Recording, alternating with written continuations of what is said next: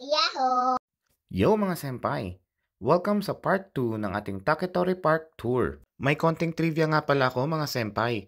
Alam nyo ba yung popular na istorya ni Princess Kaguya sa storybook na Taketori Monogatari or The Tale of the Bamboo Cutter? Siya ay pinanganak sa loob ng isang shining bamboo. At dito daw sa park na ito, siya natagpuan. Pinaniniwala ang isang Taketori no Okina o isang old bamboo harvester ang nakakita sa isang kumikinang na bamboo at nang ito'y kanyang binuksan, ay nakita niya ang isang sanggol na singliit lamang ng kanyang hinlalaki. Ito ay kanilang inalagaan at pinangalanang Nayotake no Kaguya-hime or the Shining Princess of the Young Bamboo. Ang ganda talaga ng istorya ng park na ito. May watermill din pala dito mga senpai. Kaso walang tubig, kaya mill na lang. Nilalagyan lang kasi nila yan tuwing summer at kung may special events. Nakarating din tayo sa Chibiku Slope mga senpai. Nakakapagod maghila ng wagon, lalo na't maraming paakyat sa park na ito. Naiintindihan ko na ngayon ang pakiramdam ng isang kalabaw. Ngunit sa kasamaang palad, naabutan tayo ng break time dahil 12 noon na nung dumating kami. Kaya naman, nagpicture na lang kami. Ang saya, di ba? So ang ending, naghanap na lang muna kami ng masisilungan para makapagpahinga at makapag-lunch na din. Nakakagutom din pala maging kalabaw for a day. Ito nga pala yung mga sinaunang bahay nila dito sa Japan during the Kofun period, mahigit 1,500 years ago. At ito ay may dalawang klase ng design. Ang una ay ang elevated housing. Dito nila iniimbak ang kanilang mga rice grains at iba pang mga pagkain.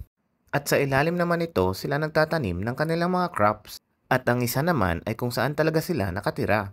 Ito ay isang pit dwelling house kung saan ang bubong nito ay nakasayad sa lupa. Ito ay talagang sinadya upang ma-insulate yung init sa loob ng bahay lalo na tuwing taglamig na panahon. At tuwing tag-init naman ay sa labas lang sila ng bahay natutulog.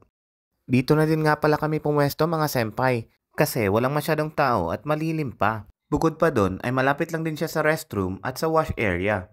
Ito talaga ang gusto ko sa mga park dito sa Japan dahil functional ang lahat ng mga facilities nila dito. Hindi ka na mahihirapang maghugas o di kaya magpalit ng diaper ng mga bata.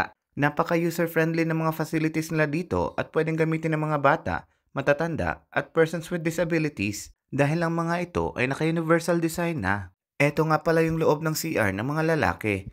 Napakalinis, 'di ba? Meron na din itong urinals para sa mga bata at meron ding diaper changing area kung may dala tayong mga babies. At dito natin sila ihihiga para hindi na tayo mahirapang magpalit. Ang galing, 'di ba? At mas lalo pa akong namangha nung nakita kong may sariling toilet din pala yung mga kids.